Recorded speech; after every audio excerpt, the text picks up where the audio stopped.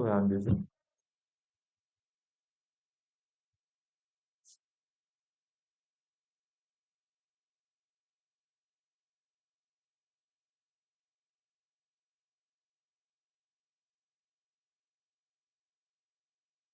반세기 고구려는 위기의 시기였어요. 우리 그 중국사를 조금 배웠는데,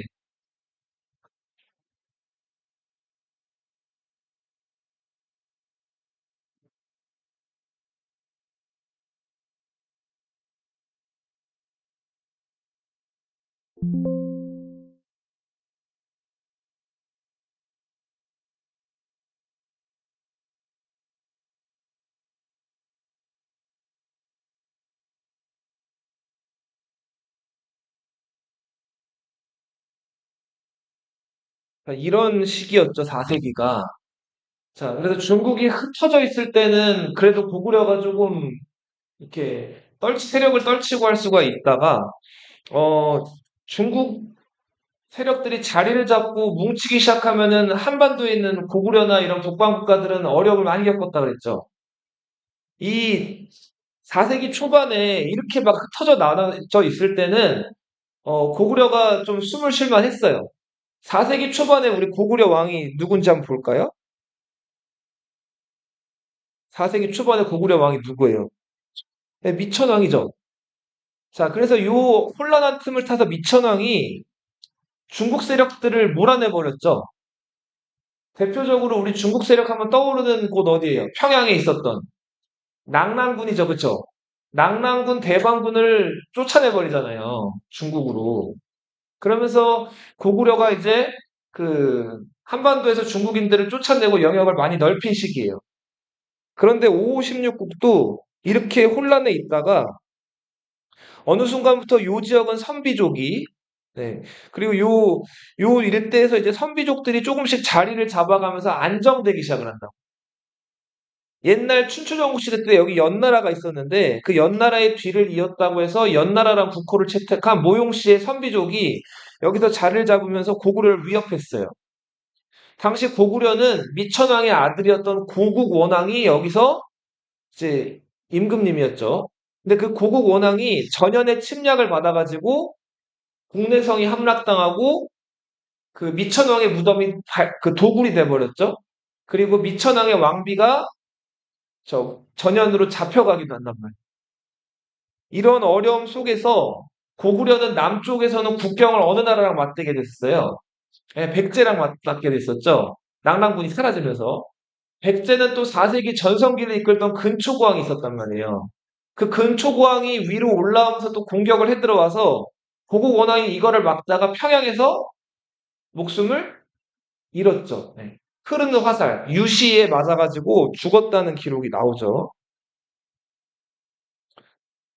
자, 그래서 나라에서 왕이 죽었다는 건 어마어마한 위기였는데 이 위기를 극복했던 왕이 소수림 왕이었죠.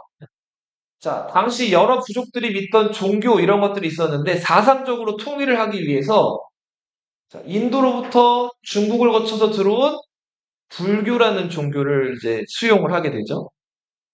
자, 불교는 그 왕실의 권위를 뒷받침해주는 종교였죠. 불교에서는 사람이 죽으면 바로 죽지 않고 죽은 다음에 다시 태어난다고 봤죠. 이거를 뭐라고 봤죠? 윤, 윤회라고 불렀죠. 근데 왕으로 태어나거나 귀족으로 태어난 거는 그 전생에 많은 업적, 많은 어떤 착한 일을 했기 때문에 이번 생에 왕으로 태어난 거란 말이에요. 그래서 왕의 어떤 그 신성성, 왕의 권위를 뒷받침해주는 종교로서 불교를 수용하게 되죠. 그리고 공자, 맹자, 충성과 효도를 강조하는 유학이라는 또 학문이 있죠. 그 유학을 가르치기 위해서, 왜냐하면 군주에게 충성시켜야 되니까, 유학을 가르치는 교육기관 뭐를 만들게 됐다? 태학을 만들었죠. 그리고 왕의 법이라고 할 수 있는 율령을 반포했다. 네. 반포라고 하는 거는, 보세요. 법을 만들어요. 법을 만들면 백성들이 그 법을 알아야겠죠. 왕이나 귀족만 이 법을 가지고 있으면은 백성들이 모르잖아요. 그래서 법을 만든 다음에 이거를 백성들이 알게끔 공표를 하는 거예요. 그래서 이런 뭐 그 법전을 만들어 가지고 혹은 책으로 만들어서 혹은 이런 뭐 게시판이라든지 중요한 데다가 이런 법이 만들어졌다고 알리는 거를 반포라고 불러요. 율령이 반포가 돼요. 율은 형벌이라 그랬죠?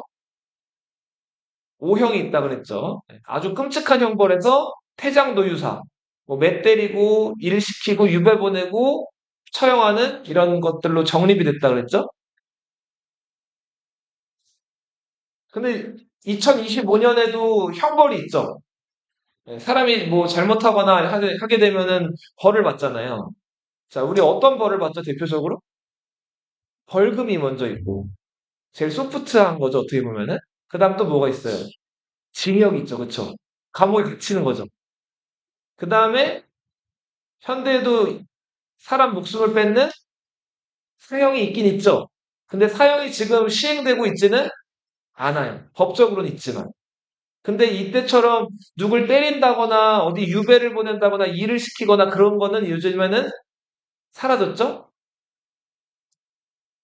우리 조선시대, 고려시대 이럴 때는 일단 뭐 벌 받는다 그래서 끌려가면 뭐부터 했을까요? 일단 매부터 맞는 거예요. 작신나게 맞는 거예요. 그리고 중죄다 싶으면은 국문이라고 해가지고 그 관리들이 여기 앉아 있고 형틀에 앉아서 예, 줄이 튼다고 하죠. 일단 고문부터 당하는 거예요. 근데 요즘에는 그런 게 다 사라졌죠?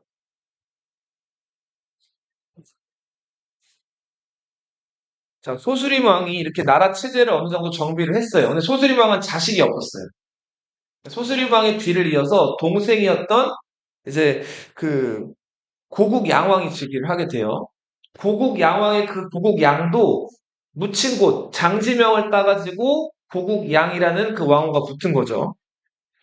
고국 양왕 때는 전연의 뒤를 이어서 후연이란 나라, 모용시의 후연이란 나라가 들어서는데 고국 양왕 때는 앞에 자기 형이었던 소수리왕 때 어느 정도 고구려가 체제 정비를 맞춰놔서 이제 중국의 나라들이랑 조금씩 붙어볼 만한 상황이 됐어요. 그래서 후연이란 나라랑 일진일퇴, 땅을 좀 잃었다가 다시 빼앗기도 하고 하는 것들이 반복이 돼요. 그리고 그 남쪽에 잘 나가던 백제란 나라 있죠. 백제랑도 고국원왕 때는 왕도 전사하고 일방적으로 좀 수세에 몰려 있다가 이제는 백제랑도 일진일퇴 공방을 벌이던 시기가 고국 양왕 때예요. 자, 보세요. 이렇게.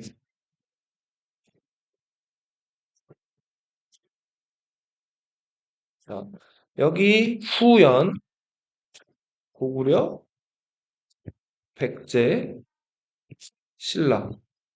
자, 후연과 고구려가 싸웠죠. 백제랑 고구려도 싸워요. 백제랑 신라가 사이가 좋았을까요? 나빴을까요? 백제랑 신라는 건국 이래 사이가 좋았던 적이 손에 꼽아요. 계속 서로 치고받는 앙숙이었단 말이에요. 백제랑 신라는 사이가 전통적으로 좋지 않았단 말이에요.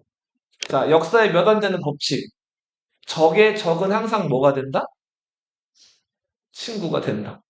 저희 반에서 마음에 안 드는 애 있으면 A랑 B가 사이가 안 좋아요. B랑 C가 사이가 안 좋아요. 그럼 A랑 C는 보통 어떻게 될 확률이 높아요? 친구가 될 확률이 높아요. 누굴 씹으면서? B를 씹으면서. 네. 그렇게 해서 A랑 C는 친해질 확률이 높단 말이에요. 자, 고구려랑 신라는 공동의 적 백제가 있죠. 요 무렵부터 사이가 좋아지기 시작을 해요. 네. 근데 힘은 어느 나라가 더 세요? 고구려 신라 중에. 고구려가 힘이 아직 훨씬 더 세요. 자, 신라란 나라는 한반도 제일 동남쪽에 치우쳐져 있어서 중국의 선진 문명 같은 것들과는 거리가 좀 멀고 고구려는 과거 고조선 부여 이래로 계속 그 중국 국가들이랑 교류가 있었죠. 싸우면서 정들고 배우는 거잖아요. 치고받으면서 그 중국의 강력한 무기라든지 문화라든지 여러 가지를 흡수해가지고 당시 삼국 중에서는 제일 문화적으로 세련되고 잘 나가는 나라 고구려였단 말이에요. 자, 고구려가 힘이 셌기 때문에 신라랑 이제 친하게 관계를 맺는데 신라가 고구려의 머리를 숙이고 들어온 형태였어요. 자, 나라 대 나라 간에 인지를 보내는 거를 볼모를 잡는다고 얘기를 해요. 자, 그래서 신라와 친하게 지내는데 왕자를 하나 신라가 고구려를 보내요. 그 왕자가 실성이라는 왕자예요.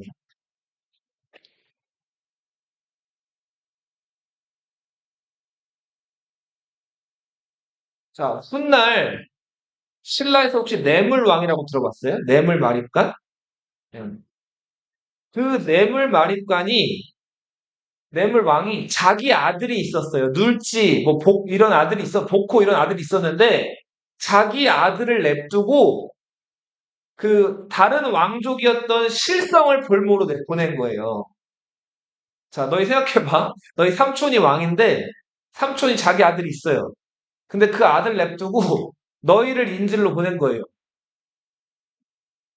그럼 어떨 것 같아요?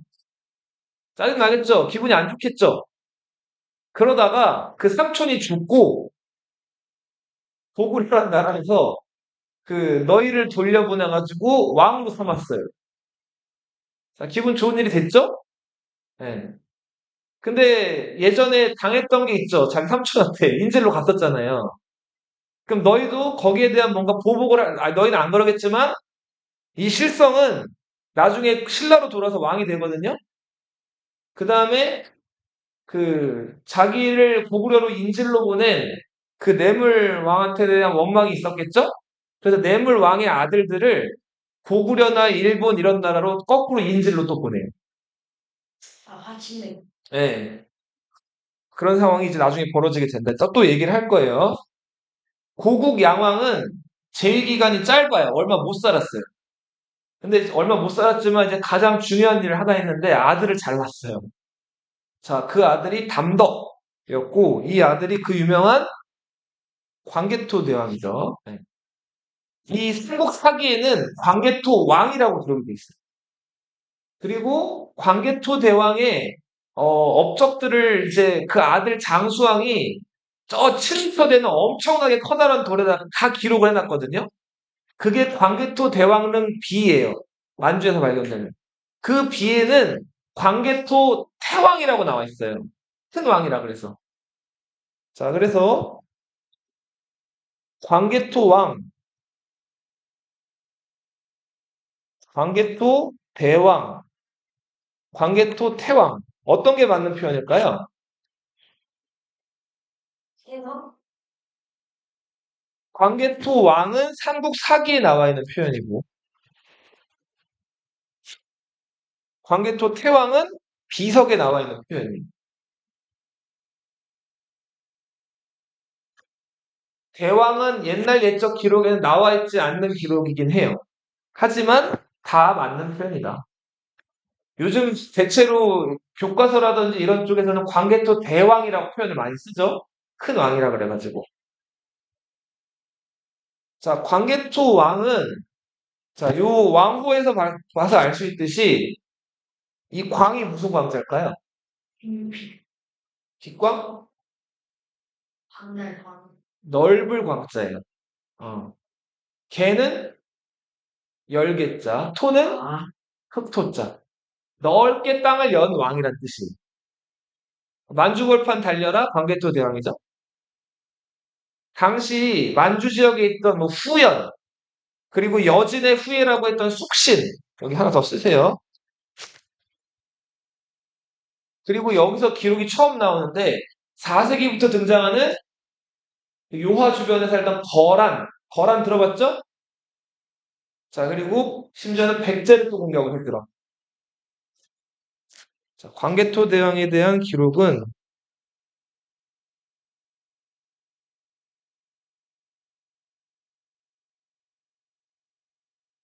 자, 광개토 대왕이 이제 즉위한 다음부터 여기 쭉 보면은 백제의 십성을 빼앗다, 거란을 정벌하다, 백제의 관미성을 빼앗았다 이렇게 쭉 나오죠. 이 관미성이라고 하는 곳은 지금의 저희 파주라고 들어봤어요? 그 베이커리 유명한 동네? 예. 그 고향 더 위에 있는 38선 바로 아래? 그 파주 지역에 있던 관미성을 빼앗기도 하고, 백제의 공격을 또 막아냈다고. 이게 계속 전쟁했다는 기록이 나오죠? 그리고 또 요게 중요한 사료인데, 광개토대왕 때, 자, 요거 한번 읽어보세요, 하은이가. 평양에, 자, 고려는 소수리왕 이래로 불교 국가가 됐죠? 자, 근데 고구려 광개토대왕 때 수도가 어디였어요? 국내성이었죠? 그죠? 자, 그런데 갑자기 뜬금없이 어디다가? 평양에다가 절을 몇 개를 지었대요? 9개나 지었단 말이에요. 삼국사기에서 지금 기록해놨을 정도의 절이면 작은 절, 큰 절?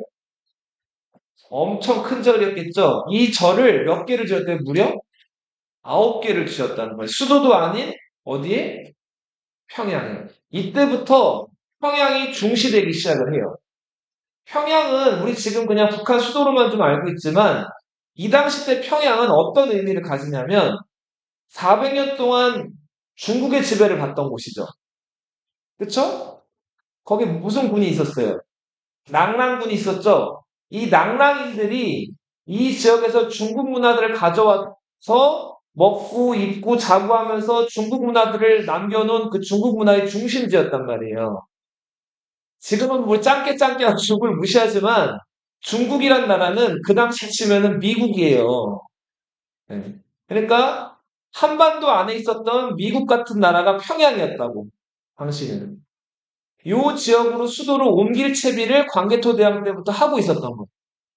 절을 지으면서. 자, 그러다가 이 광개토대왕이 이제 그 주변 국가들과 막 전쟁을 벌이고 있을 틈에 이제 그 당시 그 백제란 나라랑 고구려랑 사이가 그렇게 좋지 않았잖아요. 네. 백제랑도 막 전쟁을 치르는데 광개토대왕릉 비에 남겨진 기록 요걸 한번 같이 읽어볼게요. 요거 글씨 좀 작죠?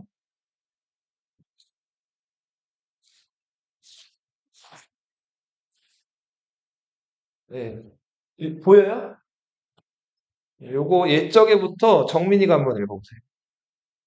이쪽에 시부이신 충무왕께서 나라를 세우셨 계속 북부에서 나오신 천주의 아드님이었고 어머니는 하복의 따님이 이르다 천재가 누구죠, 이거? 해모수, 그쵸? 어머니는 하백의 따님이, 어머니 누구예요? 유화부인죠, 그쵸? 읽어보세요. 알을 떼고 세상에 경영할 수 있게 태어나면서 장수로운 집에 있었다. 자, 그리고 우리 저 고구려 시조를 여기서는 뭐라고 써놨어요? 추모왕이라고 써놨죠? 그쵸? 자, 삼국 사기 기록은 그 1045년에, 어, 저기, 1145년에 고려의 김부식이라는 신하가 고려 인종이라는 임금의 명령을 받아가지고 쓴 삼국사기 역사책이란 말이에요. 삼국사기는 고구려 건국되고 나서 무려 1200년이나 지나가지고 쓰여진 역사책이에요. 네.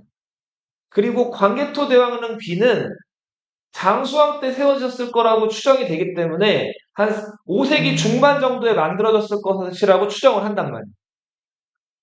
그러니까 고구려 초기 역사에 있어서 그러니까 삼국 사기가 더 가까워요. 광개토 대왕릉 비가 더 가까워요.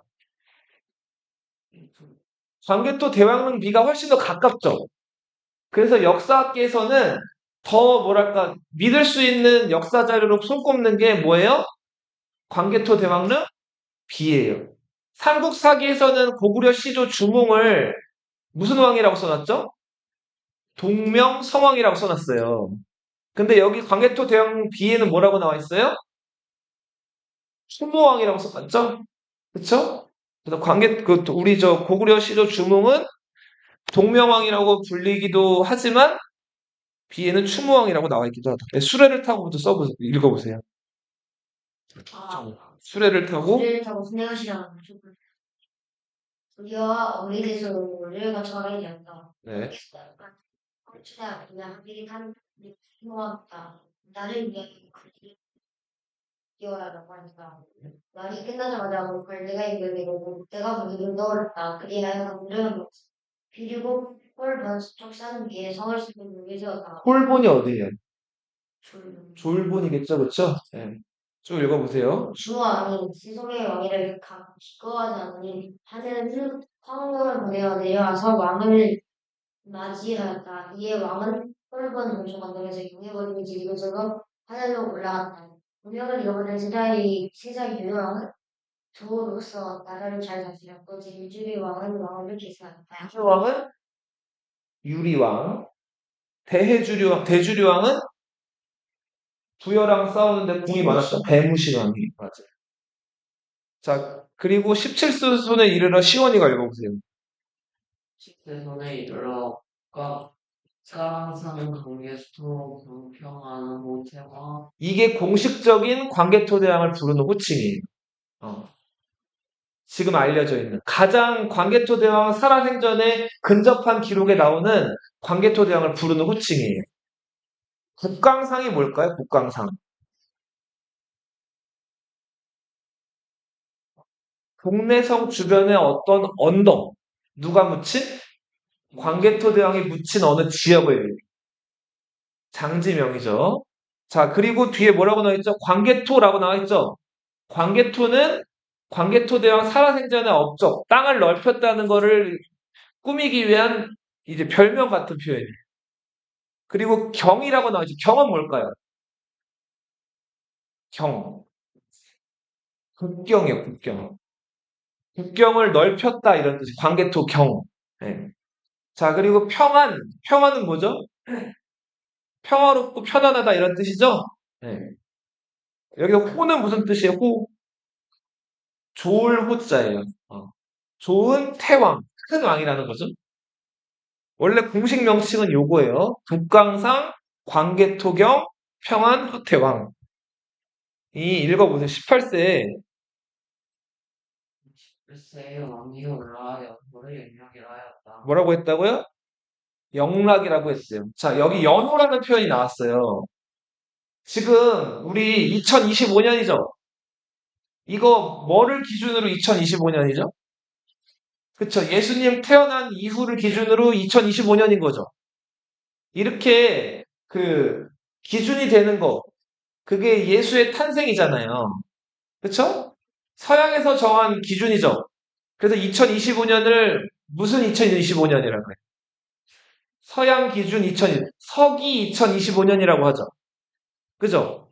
그런데 이제 중국의 황제들은 자기가 황제로 즉위하면 자기가 그 연도를 세는 기준을 정해요. 그러면서 그 기준점에 대한 별명을 붙여놓는데 그게 연호예요. 예를 들어서 시원이가 황제가 됐어요. 이 세상이 태평했으면 좋겠어요. 그래서 태평이란 연호를 정하면 중국의 황제는 동양에서 제일 높은 사람이잖아요. 그럼 중국과 교류를 맺는 한국, 일본, 베트남, 몽골 여기저기서 사신이 올 거 아니에요? 그럼 그 사신이 올 때 문서로 교환을 하죠. 내용들을. 그때 그 문서 제일 앞에다가 뭘 쓸까요? 아까 태평이라 그랬죠. 태평 원년이라고 표기해요. 올해 태평이라고 연호를 정했으면 태평 원년이 되는 거예요. 그럼 다음 해는 뭐가 될까요? 태평 2년이 되는 거예요. 태평 3년, 4년 이렇게 나가는 거예요. 중국의 황제가 자기가 즉위한 해를 기준으로 삼는 그 해의 그 기준, 그 연도 세는 그 기준을 연호라고 불러요. 뭐라고 부른다고요? 연호. 자, 그러다가 황제가 죽거나 혹은 황제가 어떤 특별한 일이 있으면 그 연호를 바꾸기도 해요. 그럼 다시 그 동양의 여러 나라들은 문서에다가 그 연호를 써야 되는 거예요. 근데 이건 누구만 할 수 있다고요? 중국의 누구만? 황제만 할 수가 있는 거예요. 자, 황제가 제일 높고 황제가 임명하는 여러 제후들 중에서 제일 높은 제후가 뭐예요? 한 글자. 왕이죠, 왕. 그쵸? 황제가 조선왕, 고려왕, 고구려왕, 일본왕, 베트남 왕도 임명한단 말이에요. 그 왕 아래는 뭐가 있어요?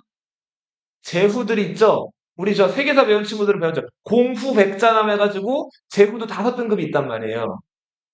요거는 이제 진시 황제를 아직 안 배워서 황제란 개념을 배우진 않았지만 그 진시 황제 이전에는 왕이 제일 높았죠. 주나라 왕이. 그리고 주나라 왕 아래 공우백잔함이 있었는데 이제 진시 황제가 황제를 칭하고 나서부터는 황제가 제일 높아졌어요. 유일한 존재. 그리고 황제가 임명하는 제후들 중에서 제일 높은 제후는 뭐다? 한 글자? 왕이 됐다. 근데 원래는 황제만 할 수 있는 건데 여기 지금 영락이라고 광개토 왕이 왕이면서도 연호를 정했죠? 자신감이죠. 자, 태왕에부터 읽어보세요. 시원이가. 대왕은 대개 홍천까지 미쳤고 기본은 사이에 들었다. 레스가 없으니 백성이 각기 그 생업에 힘쓰고 평안히 살게 되었다. 네. 나라가 강하고 백성이 이격했으며 목이 풍성함이 있다. 하나님이 백성을 어렵게 여기지 않으며 39세에 세상을 버리고 떠나시니 다음 년 9월 29일 의리의 성령으로 오셨다. 이에 비를 세워 그 공문을 기록하여 호세에 보여주고자 한다. 그 말씀은 알았다. 자, 이렇게 해서 광개토 대왕은 18살에 왕위에 올라서 39살, 21년 왕노릇하고 죽었다. 414년에 죽었다고 나와 있는데 기록에 따라서 또 413년에 죽었다는 기록도 있어요. 그래서 그거는 확실하지는 않고 자, 여기 백잔부터 한번 또 읽어볼게요. 이건 찬영이가 읽어보세요. 백잔. 짜가 신다는 옛부터 수민에서 죽어 자, 백잔이 뭘까? 백잔. 백잔. 김색찬 흰색 찬? 백잔과 신라. 백잔이 어딜까요? 백제예요, 백제. 이 잔은 어떤 표현일까? 잔. 찬과 작게 잔잔바리. 네. 잡것이란, 맞아요. 잡것이란 뜻이에요. 찌끄레기. 백제를 지금 멸칭, 이렇게 낮춰 부르는 거예요. 백제 찌끄러기들과 그나마 사이가 좋았던 신라는 신라라고 써줬죠? 신라는 옛부터 속민으로서 뭘 해왔대요, 고구려에? 조공. 여기서 속이란 뜻은 머리를 숙이고 이제 부하로서 이렇게 고구려에게 머리를 조아려 왔다 이런 뜻이에요. 조공을 해왔다. 그런데 읽어보세요. 계속 찬영이. 로 바다를 보고한 백작과 땡땡과 시민행사 자 여기서 보면 땡땡이라고 돼 있는 거는 이게 지금 비석에 새겨진 문구라 그랬죠. 근데 이게 5세기 중반에 만들어진 비석이라 가지고 훼손이 많이 됐어요. 그래서 잘 나와 있지 않은 알 수 없는 글자들이에요. 땡땡과 신라를 격파하고 신민으로 삼았다. 신하와 백성으로 삼았다. 일본이 쳐들었다는 거죠. 왜가? 예. 왜가 지금 바다를 건너서 백제랑 신라를 격파하고 자기네 신하랑 백성으로 삼았대요. 일본이. 일본 학자들이 주장하는 게 이때 일본이 백제랑 신라를 쳐부순 다음에 남쪽에다가 임나 일본부라고 하는 일본의 정부를 만들었다고 하는 게 일본의 주장이에요. 근데 뒤에 나온 이제 계속 읽어보면 그 주장이 잘못된다는 건 알 수 있는데 더 읽어보세요. 영락 6년 백자는 누구를 처벌했어? 백제를 토벌했다는 거죠. 그 다음에 뭐 쭉 어느 성 차지했는지 나오고 자 백잔이부터 다시 읽어보세요. 찬영이. 의에 필요하지 않고 감이 나와서 네. 왕이 미움을 것을 크게 좋아하여 많이 정해봐야 보내는 그 수도에 알고 아리수가 어딜까요? 그 학교에 있는 물. 아리수. 수돗물 아리수라고 하죠, 요즘에. 자, 근데 그 아리수가 어딜까요? 전통적으로. 아리수. 서울하면 생각나는 강. 한강이에요, 한강. 자, 고구려가 어디를 건넜대요? 한강을 건너서 정예병을 보내서 백제 수도를 압박했대요. 백제 수도가 위례성이잖아요. 자, 중심을 공격하고 읽어보세요, 계속. 찬영이. 이에, 예 전주가 공간하고 급박하죠. 남녀 신분 일춘년과 세포천비를 바치면서 왕위에 또 스스로 이제부터 인구의 많은 노력이 되겠다는 의지. 자, 잔주가 누굴까요? 잔주? 잔가지 바퀴 잔잔바리 임금님이겠죠? 잔잔바리 임금님은 백제 왕이겠죠? 백제 왕은 당시 아신왕이라는 왕이었거든요. 아신왕은 이렇게 저렇게 동분서주 한 일은 많은데 고구려에게 패배해가지고 굴욕을 당한 백제 왕. 잔주가 곤란하고 급박해져서 남녀 생구, 노비예요. 노비 1000명과 세포, 그 뭐 옷가지입니다. 이런 것들 천피를 바치면서 왕에게 뭘 꿇었대요? 무릎을 꿇었대요. 아신왕이 광개토대왕을 만나서 무릎을 꿇고 스스로 이제부터 영구히 왕의 뭐가 되겠다고 맹세했대요. 노객. 노객이 뭘까요? 그쵸. 노객할 때 노는 노비할 때 노고 객은 손님을 뜻하는 한자긴 한데 여기서 노객이라고 하면은 그러니까 내가 종이 되겠다는 백제 왕으로서 이거 어마어마한 굴욕이죠. 자, 태왕은부터 쭉 읽어보세요. 태어난 기념을 이 흙에 빠져 지지한 흙을 누렸니 이녀의 의심이었어. 이 순종의 원을 증사하는 네. 이 58상 16천을 획득하고 병지나 외아와 대신 시인의 데리고 수도로 개성을 58성 700촌. 네. 백제 많은 성들을 차지하고 아신왕의 동생과 대신 10명을 데리고 수도로 개선했다. 자, 이런 얘기들. 그러니까 백제랑 싸움에서 그 백제를 압도했던 왕이 광개토 왕이죠. 자, 그리고 어, 네. 영락 9년부터 해서 요거 저 주원이가 한번 읽어보세요. 영락 9년에 그냥 기해에 이라는 맹세로 고매와 홍을 네, 이에 왕이 수한 걸 흡수하면서요. 네, 그때 신라에서 사신을 보내어 왕에게 광개의 아들을 내임 국경인 백차 통과 후자를 부르었습니다. 노객은 대왕의 기인으로서 대왕께 기이하여 군문터입니다. 네. 태왕은 은혜롭고 자애로워 신라 왕의 충성을 가르치 여겨 사신을 불러보내면서 고구려의 계책을 알리게. 자, 영락 9년에 백제가 일본이랑 손을 잡은 거예요. 왜랑 통한 거죠. 그리고 나서 이제 신라를 공격해 들어온 거예요. 그러니까 이 외놈들, 일본 놈들이 국경에 가득 차서 성과 해자를 부수었습니다. 자, 신라 왕도 지금 고구려 왕한테 스스로를 뭐라고 낮추고 있죠? 노객. 노객이라고 표현하고 있죠? 네. 자, 그렇게 해서 지금 광개토 대왕의 백성으로서 항복해서 분부를 청합니다. 그러니까 도와달라고 한 거예요. 네. 당시 신라의 왕은 내물왕이라는 왕이었어요. 자, 요거 하은이가 읽어보세요. 10년.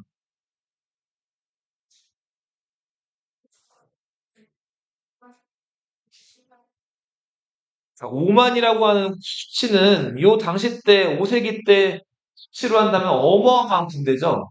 네, 인구도 많지 않던 시대에 읽어보세요.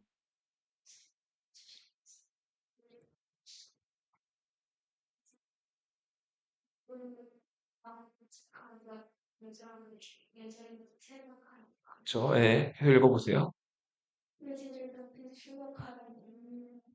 임나가라.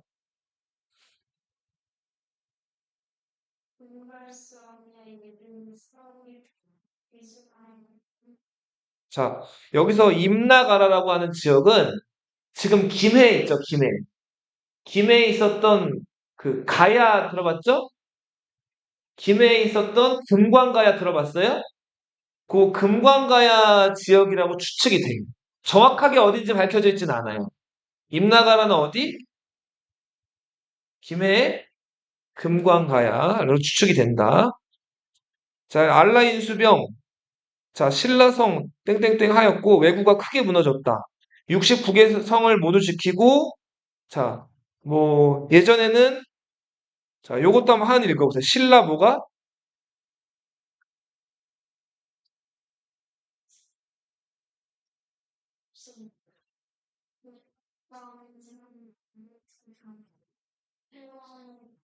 이르러 신라 자, 신라 임금을 가리키는 또 다른 표현으로 매금이란 표현도 나왔어요. 네, 매금이란 표현도 나중에 또 이제 얘기를 할 거예요. 자, 그래서 아무튼 지금 요 광개토대왕릉비에 나와 있는 요 자료는 굉장히 중요한 자료인데, 자, 그 백제랑 일본이 손을 잡고, 예, 이 신라를 협공을 한 거예요. 이제 자야도 같이 손을 잡은 거죠. 자, 그래서 신라는 3대1을 상대하는 거 조그만 나라가 도저히 어렵죠. 광개토대왕에게 도와달라고 요청을 했어요, 매무랑이. 자, 그랬더니 광개토대왕이 보병, 기병 몇만을 보냈어요? 5만을 보냈죠. 그렇게 해서 광개토대왕이 휩쓸고 내려온 거예요. 자, 이러면서 당시 임나가라, 김해 금관까지 쳐들어가가지고 이 그 외적을 다 물리쳐주고 돌아가게 됐죠. 자, 이 사실이 이렇게 광개토대왕릉 비에도 나와 있고 신라의 무덤, 한 무덤을 발굴해 봤더니 청동 그릇이 하나 나왔어요. 근데 그 청동 그릇 아래 그 바닥에 광개토 대왕이 하사했다는 그 국강산 광개토 지호태왕이라는 그 글귀가 새겨진 그릇이 발견됐답니다. 네. 그 그릇에 또 호우라는 한자가 있었기 때문에 이 그릇을 호우라는 이름이 새겨진 그릇이라고 해서 무슨 그릇? 호우명 그릇 이렇게 불러요. 자, 그래서 광개토 대왕은 신라에 침입한 누구를 격퇴했다? 왜를 격퇴했고요. 그 기록은 어디와 어디에 남겨져 있다? 광개토 대왕 비와 신라 무덤에서 나온 호우명 그릇에 나와 있고. 자, 광개토 대왕이 죽고 그 뒤를 이어서 장수왕이 즉위를 해요. 장수왕은 이름 그대로 고구려에서 두 번째로 오래 산 왕이죠. 네. 98세까지 살았고요. 자, 장수왕 때는 어떤 상황이 벌어지냐면,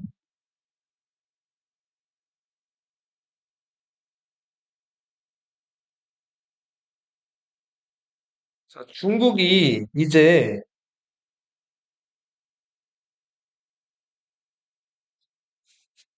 556국의 그 혼란한 시기에서 지금 보면은 중국이 그 아까 556국 때보다 복잡해졌어요? 좀 단순해졌어요? 단순해졌죠? 자, 북쪽은 큰 나라 무슨 나라가 있어요? 선비족이 세운. 북이라는 나라가 있죠. 남쪽은 송나라가 있죠. 근데 이제 왕조 교체가 재양진에게 교체되긴 하는데 조금 단조로워졌죠. 자, 이랬다는 거는 이제 흩어져 있던 게 뭉치기 시작한 거죠. 그동안 흩어져 있을 때 고구려가 막 이렇게 북방으로 팽창하면서 광개토대왕이 영토를 넓혔는데 이제는 그렇게 되기가 어려워진 거예요. 그래서 광개토대왕 아들 장수왕 때는 이제 시선을 어디로 돌리게 됐다? 남쪽으로 돌리게 돼요. 장수왕 때부터는 북방으로 더 이상 많이 뻗어나가진 못하고 남쪽으로 뻗어나가게 되는데 자, 이런 거를 가리켜서 남진 정책이라고 불러요. 장수왕의 무슨 정책? 남진 정책. 그 남진 정책의 핵심 기지로 광개토 대왕 때부터 절을 지으면서 중요시했던 어디? 9개 절을 지었던 평양으로 수도를 옮기게 돼요. 아버지 때 광개토 대왕 때부터 작업을 해놨고 이때 수도를 장수왕 때 평양으로 마침내 옮기게 된다. 427년 중요한 사건이죠. 자, 그러면서 이제 그 광개토 이제 장수왕이 쭉쭉 내려오는데 여기서 그치지 않고 장수왕은 이제 저 백제수도 위례성 지금 여기죠. 여기가 탐난 거예요. 자, 여기는 한강물이 이제 흘러나가기도 하는 교통의 요지기도 하고 되게 중요한 도시죠. 여기를 차지하려고 봤는데 백제가 만만치가 않아요. 그래서 장수왕이 정보를 모아요. 정보를 모았는데 당시 백제왕은 누구? 계로왕이에요. 자, 계로왕은 뭐를 좋아하는 왕? 네, 장기랑 바둑을 좋아하는 왕이에요. 자, 그래서 승려 도림이라는 스님이 있었는데 고구려에 이 스님이 바둑을 아주 잘 두는 바둑의 고수였어요. 자, 보통 바둑 잘 두는 사람들 바둑을 이제 잘 두면 바둑을 혼자 둘 수가 없잖아요. 그러니까 그 바둑 상대가 될 만한 마수가 있어야 되죠. 계루왕이 바둑을 워낙 잘 둬서 그 계루왕도 또 소문이 난 사람이었는데 그 고구려 스님이었던 도림이 자, 은밀하게 이 계루왕한테 바둑으로서 접근을 해요. 계루왕 입장에서는 바둑을 잘 두니까 도림이 많이 이뻤겠죠. 자, 그래서 속에 있는 얘기, 없는 얘기 다 하면서 바둑을 두면서 이런저런 나라 얘기를 했단 말이야. 근데 이 도림은 장수왕의 밀명을 받은 스파이였죠. 자, 그래서 이 도림이 그 바둑으로 이제 계로왕한테 인정을 받기 시작하면서 어느 정도 말할 기회가 생기니까 이제 이것저것 그 계로왕한테 훈수를 두기 시작을 해요. 자, 어떤 식으로 훈수를 두냐면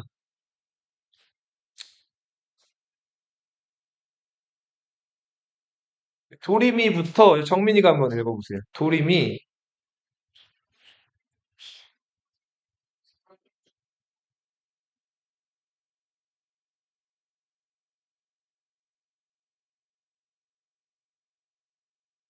머리가 하나 왕이 되지 못하는 모르겠습니다. 왕 말하기를 말의 것이요 만일을 나라의 국가를 황성기에게서 가르는 바입니다라고 하니까 우리 말하기를 주왕의 나라는 사방을 모두 상관없고 가까웠다입니다. 이는 하늘이 베풀어 주신 하나님 구세이지 사람이 만든 성공이 아닙니다. 그러므로 사방의 이웃 나라들이 감히 옆을 마음을 가지고 주왕자치 같은 흥미를 벌이면 다른 겨를이 없습니다.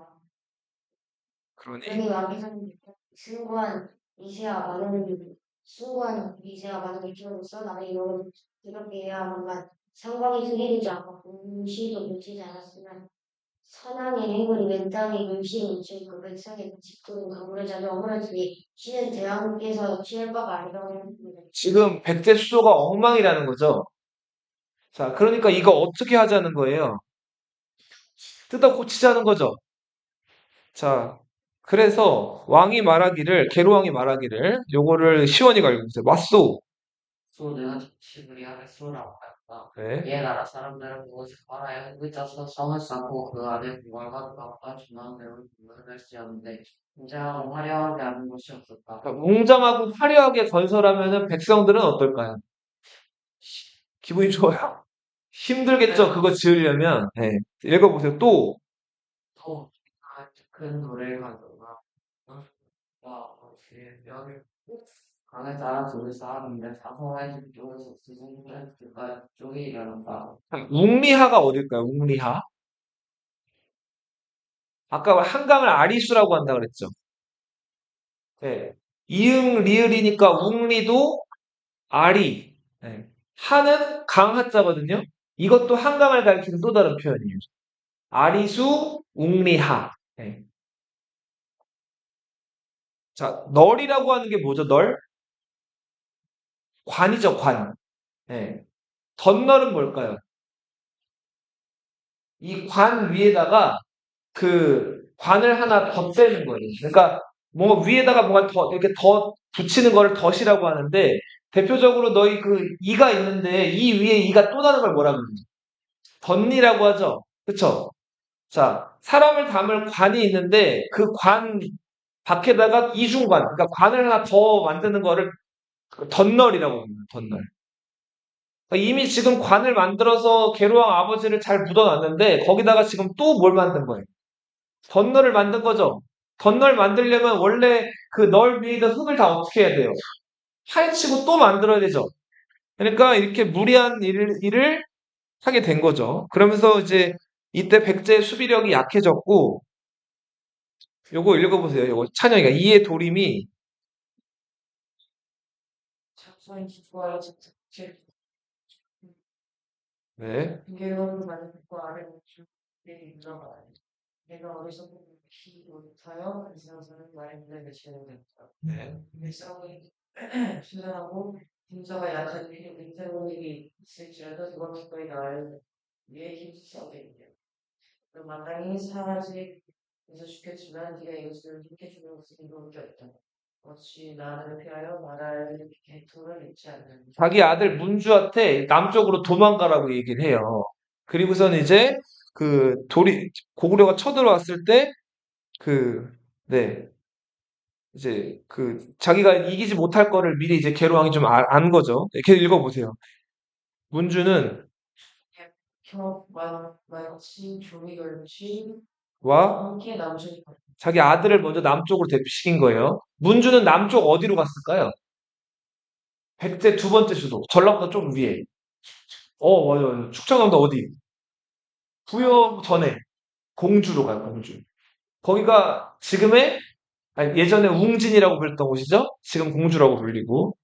자, 이제 아들을 보내놓고, 이때, 네, 제주 걸로 안녕하는 이 문제를 이끌고 와서 무시하고 시험을 빼앗고 입에서 남서를 들리는 성 안에는 밑으로 들어와요. 여기서 북성이라고 하는 거는 한강 위에 북한산성을 의미하고, 남성이라고 얘기하는 건 남한산성.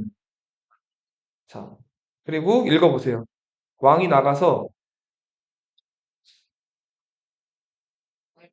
밑에서 밑에서 말에서 내려 말해보려 저는 왕의 얼굴을 향해 세 번 치우고 있고 요즘에 나열한 다음 후보를 아직도 아래로 보내주겠다. 자, 또 읽어보세요. 재증걸루와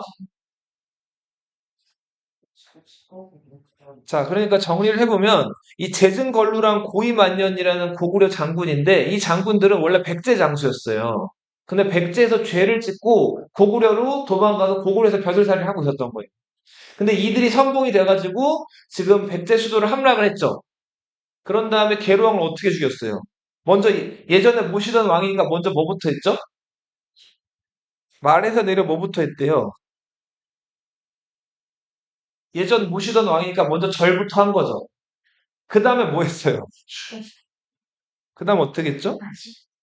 침을 뱉었죠. 몇 번 뱉었대요? 퇴퇴퇴 세 번 뱉은 거예요. 자, 그 다음에 아차성 아래로 보내서 죽였다. 자, 이렇게 해서 계로왕이 전사하고 한강 주변, 한강 유역이 장수왕에게 넘어간다. 장수왕은 서울만 차지한 것에 만족하지 않고 더 내려와요.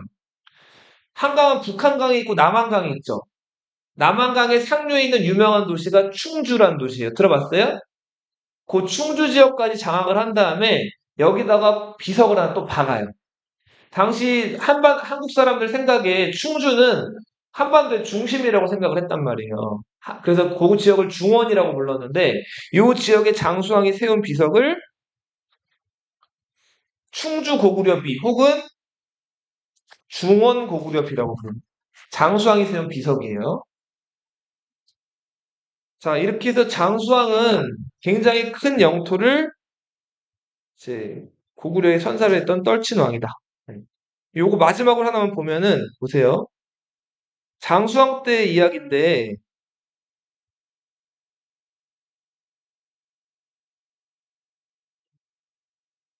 자, 삼국사기 장수왕 때 기록이거든요. 이거 요약해 놓은 것만 보면 자, 북위의 사신을 파견하다. 북위의 사신을 보내 책봉을 받다. 북위의 담례사절을 파견하다. 장수왕 때 기록을 보면 다 지금 북위, 북연, 뭐 송, 이게 중국 책 기록이 다 나와 있죠.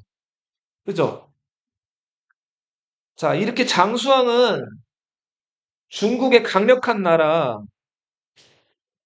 북위, 그리고 남쪽의 이 송제, 양지, 요 나라들, 이 나라들과 계속해서 외교를 통해서 그, 이제 평화나 이런 것들을 도모했단 말이에요.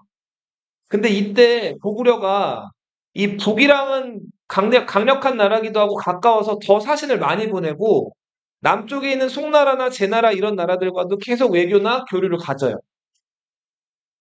자, 이렇게 고구려는 한쪽에만 치우치지 않고 북쪽에 있는 왕조랑 남쪽에 있는 왕조에 계속 사신을 보내가지고 거리를 잘 유지했는데 자, 이런 어디에도 치우치지 않는 장수왕의 외교를 가리켜서 어디 중간에 딱 위치하는 걸 뭐라고 부르죠? 중립이라고 부르죠? 장수왕의 무슨 외교라고 부른다? 중립 외교라고 부른다. 장수왕은 외교에 대해서도 굉장히 뛰어났던 왕이다. 네. 자, 오늘 여기까지 할게요.